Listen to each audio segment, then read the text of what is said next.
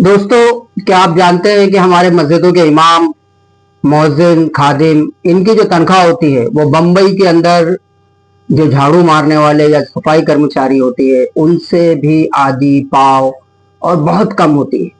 आप यकीन मानेंगे कि 10-15 हजार में ये अफराद दीन की खिदमत कर रहे हैं और दीन की खिदमत निहायती खामोशी से सफेद पोशी में ये लोग करते हैं। और हम इनको अपने इमाम तो कहते हैं, लेकिन इनकी माली हालत सुधारने के लिए हम कभी कोई कोशिश नहीं करते। हर रमजान में ये आवाज उठाई जाती है, कुछ लोग इस सिलसिले के अंदर आवाजें उठाते हैं, वीडियोस बनाते हैं, मुख्तलिफ चीजें उठती है, लेकिन उसके बाद साल भर के लिए ये मामला दब जाते हैं।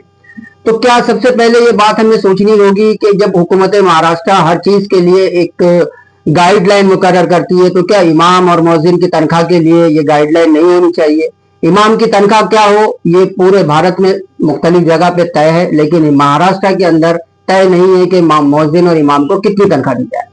खैर, दूसरी बात ये करते हैं कि अब रमजानुल मुबारक आ रहा है, ज़कात निकलेंगी, ज़कात के सौदागर आएंगे, ज़कातों के लिए मुख्तलिफ तंजीमें आपके लिए ऐलानात करेंगी, मुख्तलिफ प्रोग्राम होंगे और उस सिलसिले में ज़कात की लूट मार मचाई जाएगी। यकीन मानिए, ज़कात पे सबसे पहला हक आपके रिश्तेदार और आपके पड़ोसियों का है। आपकी पड़ोस की मस्जिद का वो इमाम, आपकी पड़ोस की मस्जिद का वो खादिम, आपकी पड़ोस की मस्जिद का वो मुअज्जिन भी उतना ही जरूरतमंद है जितने दूसरे लोग।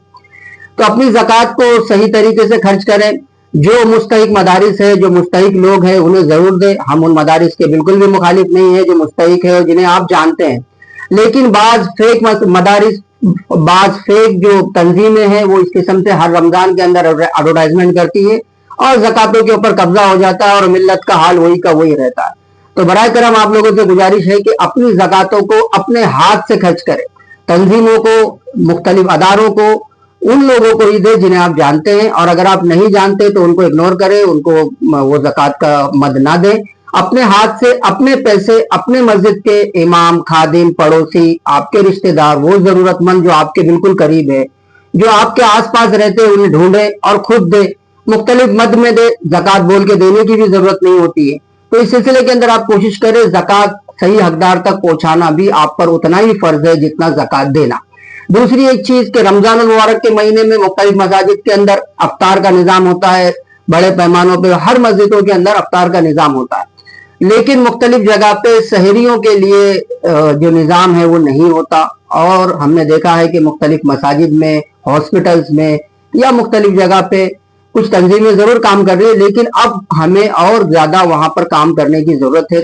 शहरी का भी निजाम किया जाना चाहिए। अफ्तार पार्टी और शहरी पार्टी, इस लोग ये जो एक गलत निजाम हमारे समाज में चल रखा है, इसका बाइकआउट करें और मुस्तहिकीन तक वो पैसा खर्च करने की कोशिश करें। अस्सलामु अलैकुम रहमतुल्लाह।